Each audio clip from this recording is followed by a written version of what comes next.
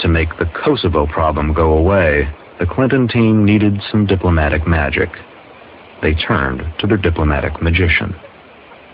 Madeleine Albright asked me to go back into the region to talk to Milosevic and to get involved in the Kosovo issue. And I started what proved to be the first of 9 trips to the region. Richard Holbrooke was the Western world's resident Milosevic expert. In 1995, he had somehow brought a fix to that other Balkans nightmare with the Dayton Peace Agreement for Bosnia.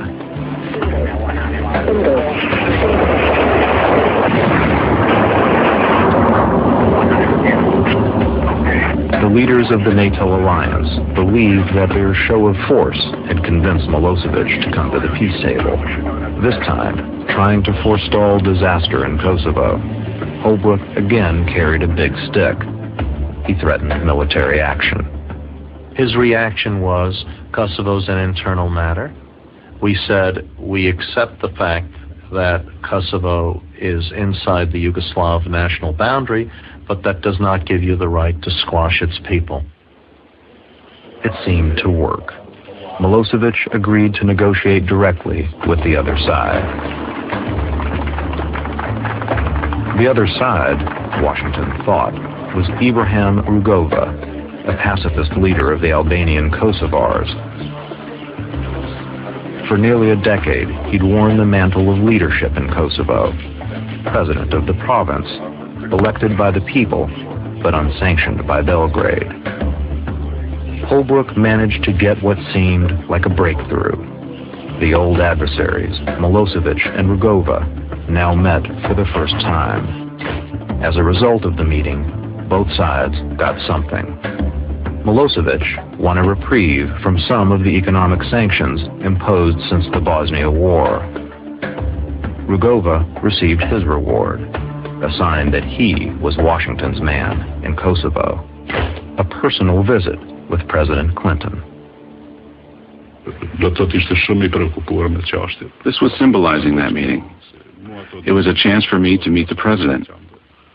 He was, of course, very preoccupied with what was happening over there.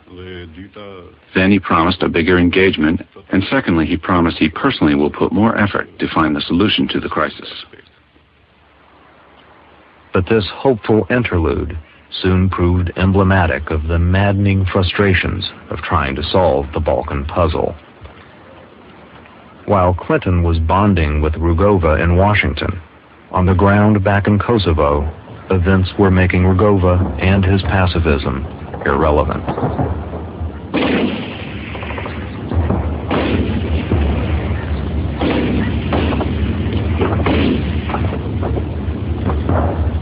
The Kosovo Liberation Army, the KLA, was conducting its own form of diplomacy, with guns and bombs, asserting itself as the real force that counted in the Kosovo equation.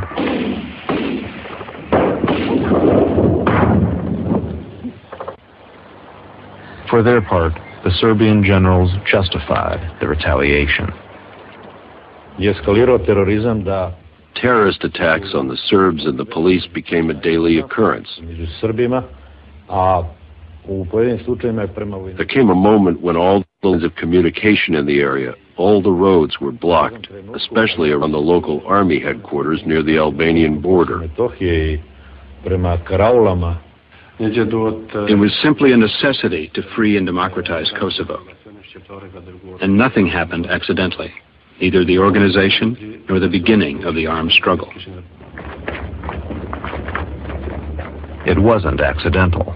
For the KLA, war was all calculation. They wanted what other breakaway republics had gained through bloodshed: full-blown independence, not negotiated autonomy.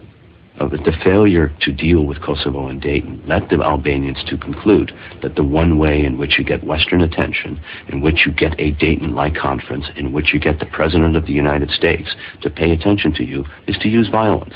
That violence begets international attention, and that therefore one should start violence, a policy that the Kosovars had been pursuing since 1989 of nonviolent opposition, all of a sudden became less and less viable. And as time goes by, more and more people realize or come to the conclusion that the way you get the West involved is to start killing people.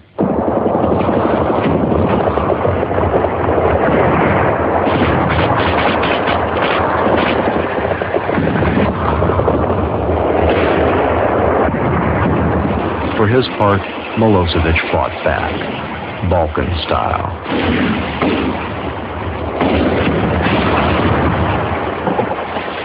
The Serbs drove the villagers into the hills and into the arms of the KLA.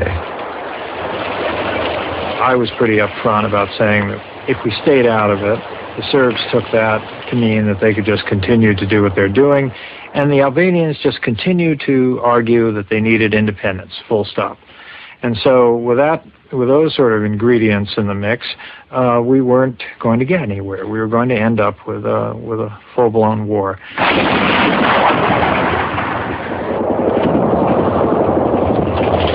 The U.S. had told Milosevic that war in Kosovo would bring American military action. Now Milosevic and the KLA waited. Would the Americans live up to their threat? The answer was no. The Clinton administration had decided it could never sell a fight against Milosevic alone. It had to be part of a European coalition, NATO. We believed that there needed to be a NATO commitment, not just an American commitment, because whether we could sustain unilaterally action against Milosevic, I think, was, under these circumstances, an open question. Over at the Pentagon, the civilian leaders agreed. I was absolutely convinced that the United States could not afford to take any kind of unilateral action from a political or a point of view, and certainly we were not going to recommend that to the President and to the Congress, that we intervene unilaterally without NATO consensus and support. NATO was a relic of the Cold War, a U.S. alliance with Europe constructed to defend against the Soviets, an organization that was reinventing itself. It had never been to war, but now it asked its top general to start planning for one. Ministers were grasping for what could be done to prevent an outbreak of destabilization in the region, and so they turned to NATO. Again, NATO demonstrated its effectiveness in Bosnia, and naturally the first NATO means they sought to use was the means that had proved itself to be effective before, NATO air. And that's why we began with the air planning effort. We are here to insist on full compliance with Dayton. Wes Clark was no stranger to Belgrade. He had been Dick Holbrook's military aide at Dayton, another American who believed he knew how to handle Milosevic. As far as Milosevic is concerned, I'm probably unique among 20th century commanders in knowing so well the adversarial leadership, the people on the other side. I don't think anybody's had quite the same experience that I've had in terms of knowing your enemy. And so I had a pretty good feel for what he might do and how he might do it.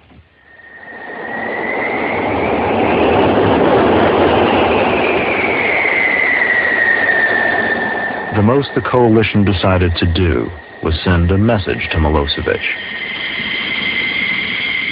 Maybe even back him down with a little saber rattling.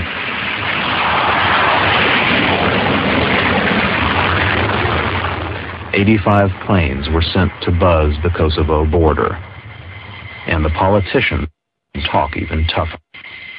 This is his last warning. If he continues to cross the line, he should not be surprised by the option that is adopted by the international community to respond next time. But in Belgrade, Milosevic's generals weren't fazed by what became known as NATO's Balkan Air Show. As far as NATO's threats were concerned, we didn't have any valid reason to believe them. They had no reason to protect the terrorists. They had no reason to get involved in the internal politics of another country. Because of these reasons, we couldn't believe them.